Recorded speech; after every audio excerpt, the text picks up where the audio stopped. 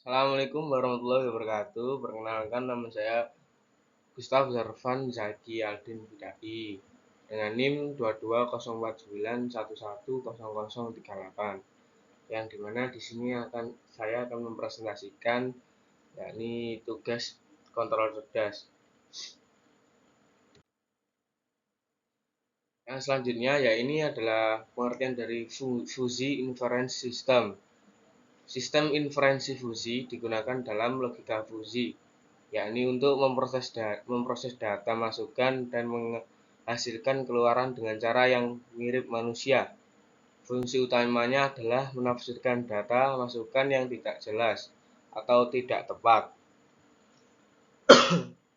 Menerapkan aturan logika fuzi dan menghasilkan keluaran yang bermakna.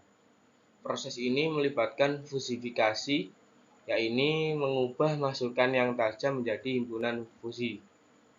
Menerapkan aturan fuzi pada himpunan fuzi tersebut, dan kemudian defusifikasi, yakni mengubah keluaran fuzi menjadi nilai yang tajam. Sistem inferensi fuzi dapat diterapkan di berbagai bidang seperti sistem kontrol, pengenalan pola, pengambilan keputusan, dan banyak lagi, di mana logika tajam tradisi model matematika mungkin tidak cocok karena ketidakakuratan data. Menuju slide selanjutnya, yakni contoh dari fuzi sendiri, yakni rule base yang mana berisi aturan fuzi. Ini dapat kita lihat pada gambar di bawahnya. Terus selanjutnya ini database.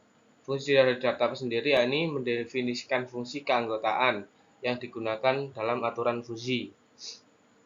Selanjutnya ini ada reasoning, mekanisme penalaran pada aturan fuzi untuk mendapatkan informasi berupa fakta. Pada gambar tersebut dapat dilihat sebelum terjadinya fuzi, yakni X itu input dan Y itu output. Selanjutnya yakni struktur fusifikasi. Dapat kita lihat pada di sini ya ini X sebagai script input dan Y ya ini script output. Script input sendiri ya ini menggunakan angka 0 dan 1, dan script output sendiri itu mulai dari angka 0,1, 0,2, 0,3 dan seterusnya. Nah, di gambar ini kita melihat ya ini aktivitas the linguistic rules yang mana aktivitas fuzi linguistik. Selanjutnya kefusifikasian. Ya, selanjutnya fuzi set of input variable yang mana variabel terinput. Terus menuju inference. Terus yang sebelahnya ya ini output fuzi set.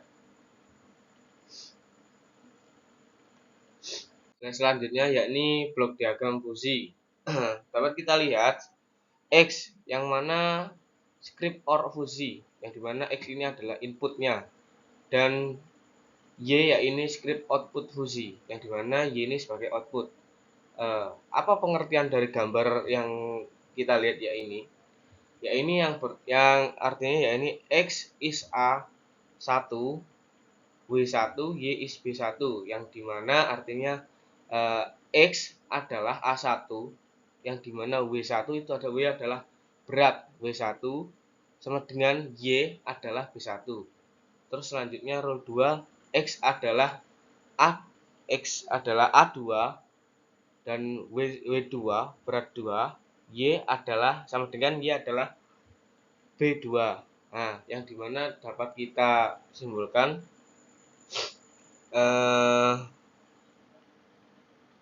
seterusnya ya ini X adalah A1 dan W ini adalah berat sama dengan Y adalah B1, dan seterusnya jika banyak lagi ya nanti tinggal A adalah A X adalah A3 contohnya, dan Y adalah B3. seterusnya gitu.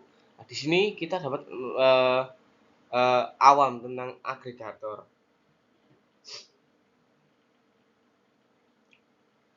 Apa fungsi dari agregator sendiri ya? Ini agregator adalah melihat fungsi-fungsi fungsi yang aktif. Selanjutnya yakni ada contoh soal. Yang pertama, sebuah pabrik memproduksi sepatu setiap hari. Permintaan sepatu dari distributor tidak tentu, kadang naik, kadang turun.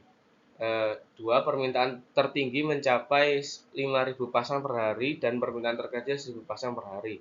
Persediaan sepatu di gudang bervariasi, paling banyak angkanya mencapai 600 pasang sehari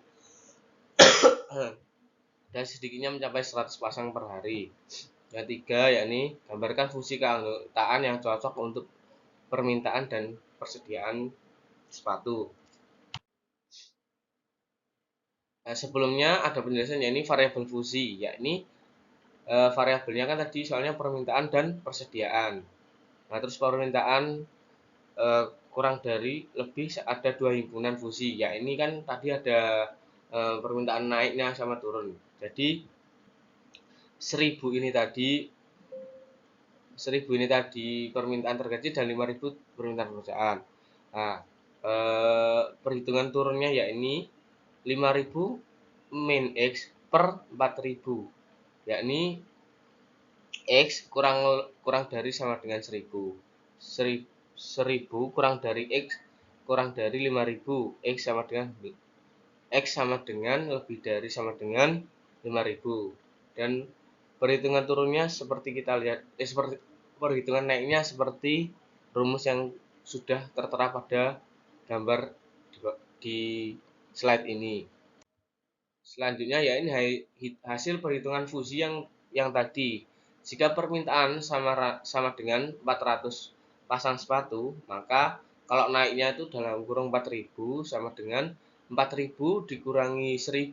1.000 itu kan tadi permintaan terkecilnya, terus dikurangi per 4.000. Jadi permintaan tengah-tengahnya ya ini ditemukan yakni 0,75.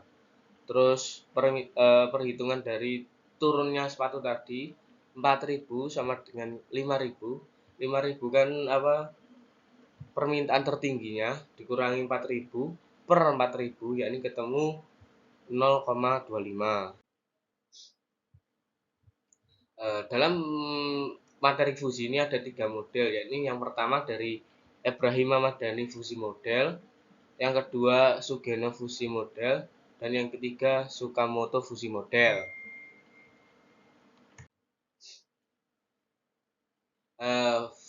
Fusi inverse dari Hamadani sendiri itu yakni dapat kita lihat fusification dari input variabel, terus turun ke rule evaluation dalam kurung inference, terus turun ke aggregation dari rule output komposisi, dan yang terakhir yakni defusification.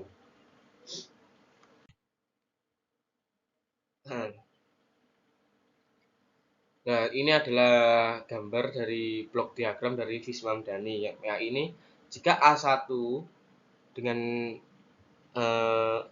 perhitungan seperti ini dan B1 seperti ini, maka dihasilkan seperti ini. C1 melengkung ke atas dan C1 ada lengkungan di bawah.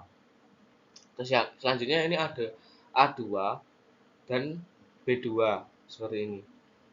Jadi ketemunya C2 dan C2.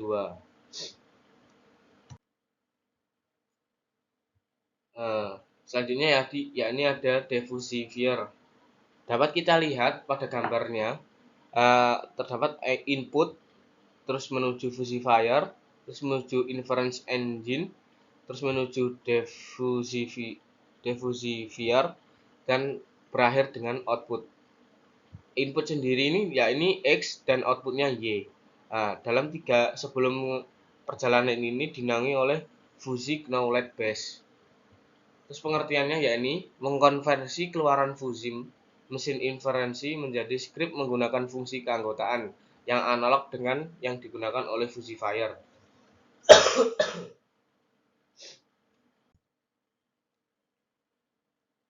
Dari Mamdani fungsi model, yakni satu, menentukan seperangkat aturan fungsi. Dua, fungsi Fayang masukkan menggunakan fungsi keanggotaan masukan.